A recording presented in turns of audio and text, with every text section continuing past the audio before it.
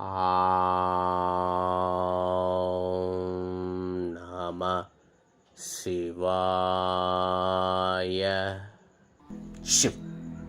சிவா என்னும் பரம்பொருளை தன்னுடைய சிந்தையில் இதயத்தில் இருத்தியவர்கள் யாராக இருந்தாலும் நேரடியாகவோ மறைமுகமாகவோ வழிபட்ட மலை இந்த வெள்ளிங்கிரி மலை.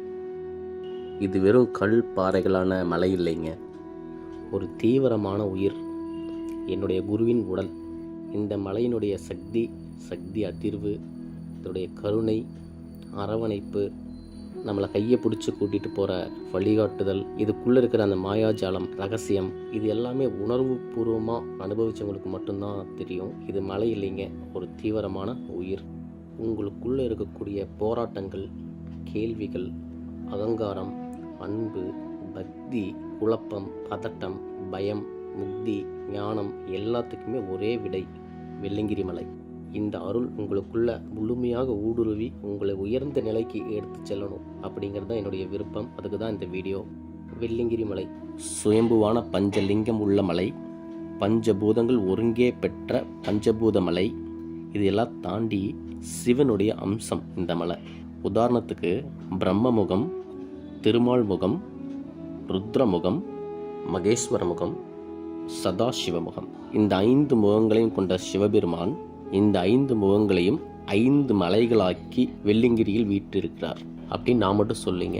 பேரூர் புராணமாகட்டும், பல ஞானிகள், பல முனிவர்கள், தேவர்கள், தேவாரம் பாடிய நால்வர் எல்லாருமே உணர்ந்து சொன்ன உண்மை இது.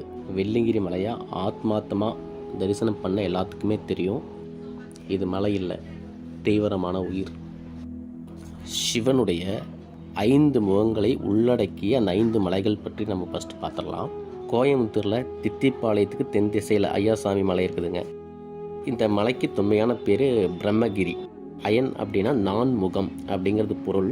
அயன் மலை தான் நாளடைவில் ஐயாசாமி மலைன்னு மாறி இருக்கணும். இங்கே பார்த்தீங்கன்னா பிரம்மலிங்கம், சரஸ்வதி பீடம், வேதப்பாறை, இந்த மாதிரி நிறைய சக்தி வாய்ந்த இடங்கள் இருக்குது. அடுத்ததாக கோயம்புத்தூரில் நரசீபுரம் பரமேஸ்வரம் பாளையத்துக்கு பக்கத்தில் திருமால்கிரி இருக்குது. இங்கே விஷ்ணுலிங்கம், பாம்பனைப்பாறை, இந்த மாதிரி நிறைய சக்தி வாய்ந்த இடங்கள் இருக்குது. வெள்ளிங்கிரி மலை வடக்கு திசையில் உள்ள உயரமான பாறை ருத்ரகிரி.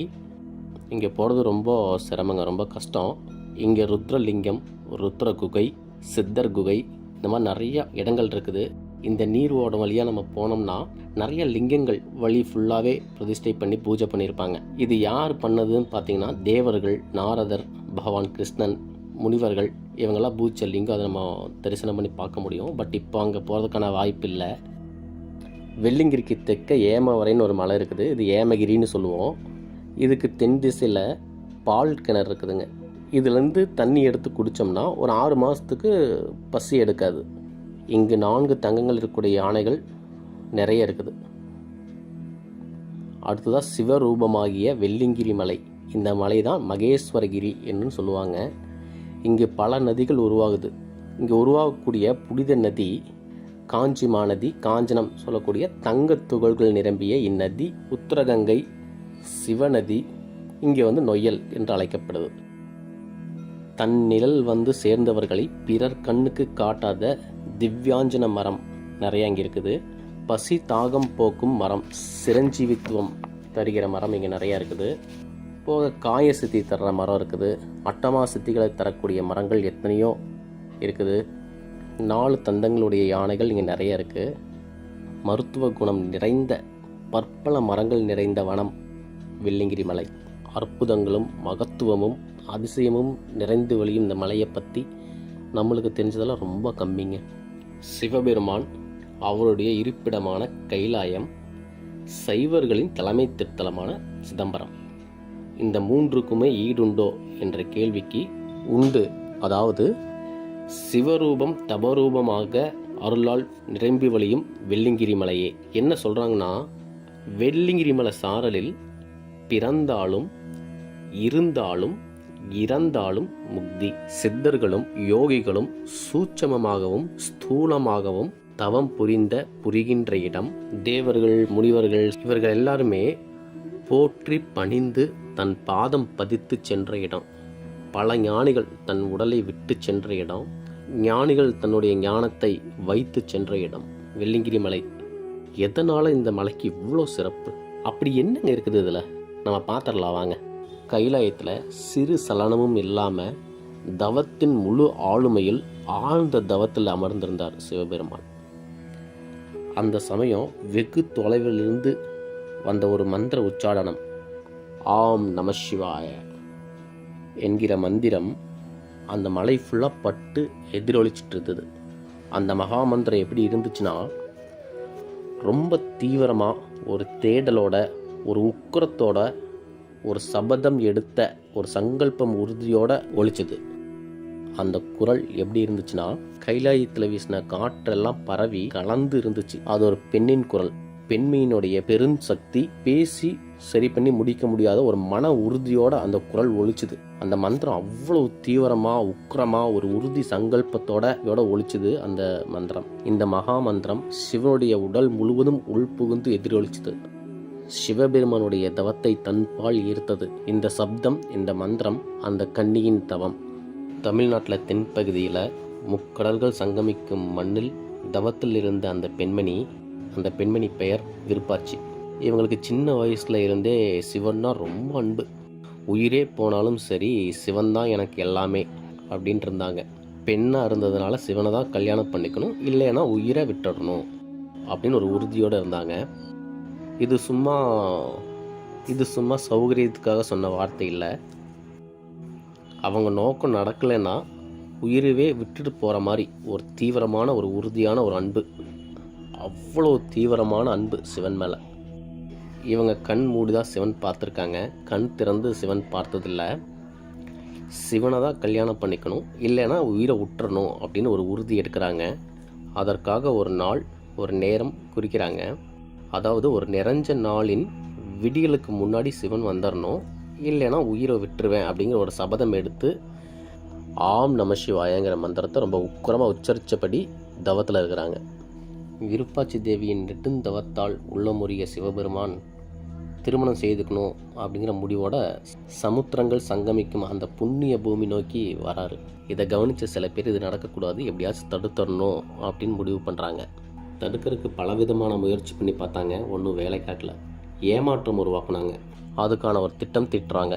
சுசீந்தரத்துக்கு சிவபெருமான் வரும் பொழுது விடியலுக்கு சில நாளிகை முன்பே ஒரு சேவலை கூவ வைக்கிறாங்க. கற்பூரங்களெல்லாம் அடுக்கி பெரிய பாறையாக்கி அதை எரிய விட்டு ஒரு பொய்யான மாயையான விடியலை ஏற்படுத்துகிறாங்க. காலம் பற்றிய குழப்பம் காலகாலனுக்கே ஏற்படுற மாதிரி அவ்வளோ கச்சிதமாக ஒரு பொய்யான விடியலை அவங்க உருவாக்கிட்டாங்க. சிவன் பார்த்தாரு, சூரிய உதயம் ஆயிடுச்சே, சரியான நேரத்துக்கு வர முடியலையேங்கிற அதிர்ச்சியில் சுசீந்திரத்துலேயே அப்படியே நின்ட்டார். ரொம்ப கிட்ட வந்துட்டார், 22 கிலோமீட்டர் தான். இந்த அதிர்ச்சியில் அங்கேயே நின்ட்டார். கொஞ்ச நேரத்தில் மாய விடியல் விலகி நிஜ விடியல் வந்துச்சு. தன்னுடைய தவம் நிறைவேறாததுனால சிவன் வராத ஏமாற்றத்தில் நின்ற நிலையிலேயே தன் உயிரை விட்டு மகா சமாதி அடைஞ்சாங்க அந்த குமரி கன்னி நிலையிலேயே தன் உடலை விட்ட அந்த அற்புதமான புண்ணிய பூமி அன்று முதல் கன்னியாகுமரி என்று அழைக்கப்பட்டுச்சு. அந்த மகேஸ்வரிக்கு அதே இடத்துலையே திருக்கோவில் எழுப்பியிருக்காங்க. சரியான நேரத்துக்கு வர முடியலையே, இவ்வளோ அன்பான ஒரு பெண் உயிரை விட்டு போயிடுச்சே, இப்படி ஒரு ஏமாற்றம் பண்ணிட்டனே அப்படின்னு சிவனுக்கு அவர் மேலேயே கடும் கோபம், மனசில் ரொம்ப பெரிய கஷ்டம் வந்துருச்சு. இலக்கு இல்லாமல் நடக்கிறாரு. எங்கேயா உட்காரணும்னா கீழே உட்காந்தா கூட்டம் சேர்ந்துடும், ஏன் மலை மேலே போகணும் அப்படியே வராரு. வெள்ளிங்கிரி மலை மேலே ஏறி உட்கார்றாரு.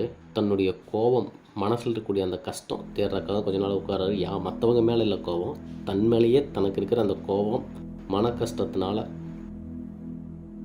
பேர் ஆனந்தத்திலேயோ அன்பிலேயோ அமைதியிலையோ தியானத்திலேயோ தவத்திலேயோ இங்கே உட்காரல. கோபத்தில் ஒரு மனசில் பெரும் பாரம், கஷ்டத்தில் வந்து அமர்ந்தார் வெள்ளிங்கிரி மலை மேலே. இந்த மலை சிவன் வந்து அமர்ந்ததால் கைலாயம் என்றும், தென்பகுதியில் உள்ளதால் தென் கைலாயம் என்றும் அழைக்கப்பட்டுச்சு. சிவபெருமானே தவக்கோலத்தில் வீற்றிருந்த மலை என்பது வெள்ளிங்கிரியின் மகத்தான பெருமைக்கு முதல் காரணம். இந்த மலை முழுவதும் சிவனுடைய சக்தி, அதிர்வு இன்னும் உயிரோட்டமாக தீவிரமாக இருக்குது.